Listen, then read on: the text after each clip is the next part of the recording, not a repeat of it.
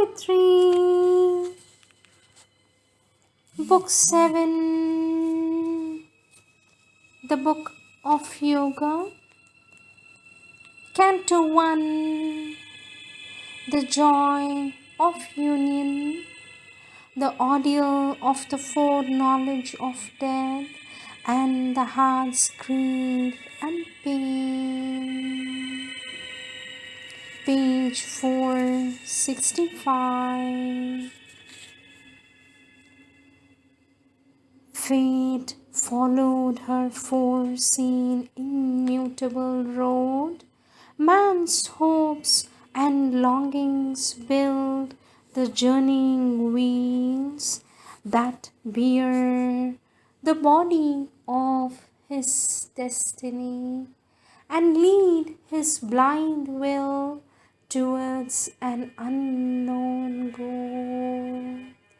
His fate within him shapes his acts and rules. Its face and form already are born in him. Its percentage is in his secret soul. Here matter seems to mount the body's life, and the soul follows where its nature drives. Nature and fate compel his free will's choice, but greater spirits this balance can reverse and make the soul the artist of its fate. This is the mystic truth our ignorance hides. Doom is a passage for our inborn force. Our audio is the hidden spirit's choice, and Anki is our being's own decree. All was fulfilled, the heart of Savitri, flower sweet and adamant, passionate and calm, had chosen, and on her strength's unbending road forced towards issue the long cosmic curve.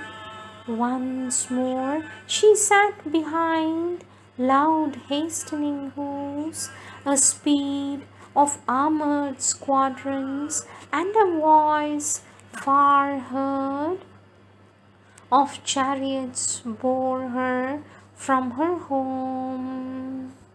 A couchant earth, wakened in its dumb muse, looked up at her from a vast indolence. Hills swallowing in a bright haze, large lands that lolled at ease beneath the summer heavens, region on region, spacious in the sun, cities like chrysolites in the wide blaze, and yellow rivers pacing, line-manned, led to the Shalva marches, emerald line, a happy front to iron vastnesses and austere peaks and titan solitudes.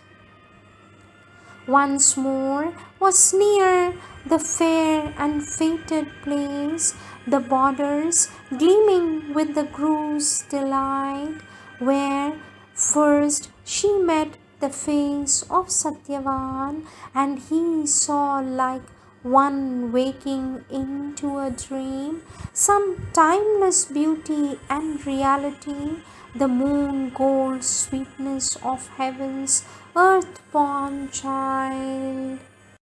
The past receded and the future neared.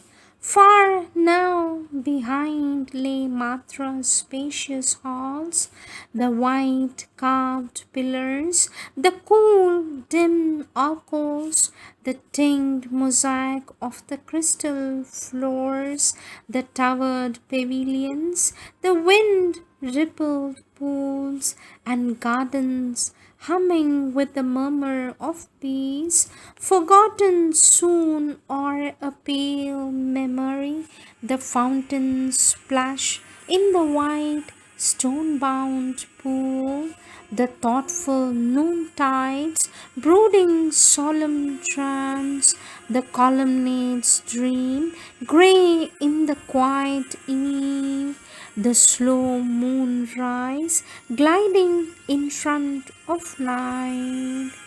Left far behind were now the faces known, the happy silken babble on laughter's lips, and the close clinging clasp of intimate hands, and adoration's light in cherished eyes, offered to the one sovereign of their life. Nature's primeval loneliness was here. Here only was the voice of bird and beast, the ascetic's exile in the dim-souled huge, inhuman forest, far from cheerful sound of man's blade converse and his crowded days. In a broad eve with one red eye of cloud, through a narrow opening, a green flowered cleft, out of the stare of sky and soil they came into a mighty home of emerald dusk. There onward, led by a faint brooding path which toiled through the shadow of enormous trunks and under arches misers of sunshine, they saw low thatched roofs of a hermitage huddled beneath a patch of azure hue in a sunlit clearing that seemed the outbreak of a glad smile in the forest's monstrous heart, a rude refuge of the thought and will of man, watched by the crowding giants of the wood.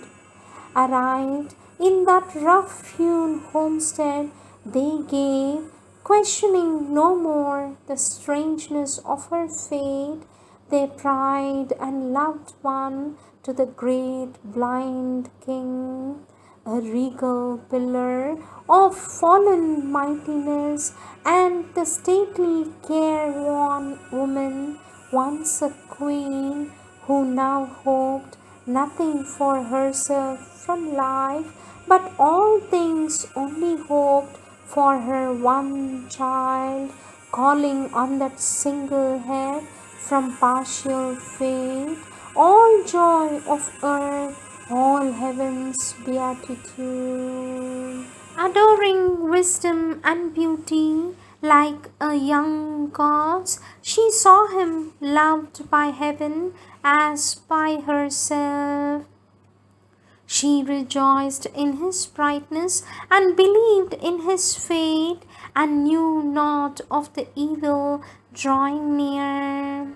Lingering some days upon the forest verge, like men who lengthen out departure's pain, unwilling to separate sorrowful clinging hands, unwilling to see for the last time a face heavy with the sorrow of a coming day, and wondering at the carelessness of fate, who breaks with idle hands her supreme works, they parted from her with pain-fraught burdened hearts, as forced by inescapable fate we part from one whom we shall never see again.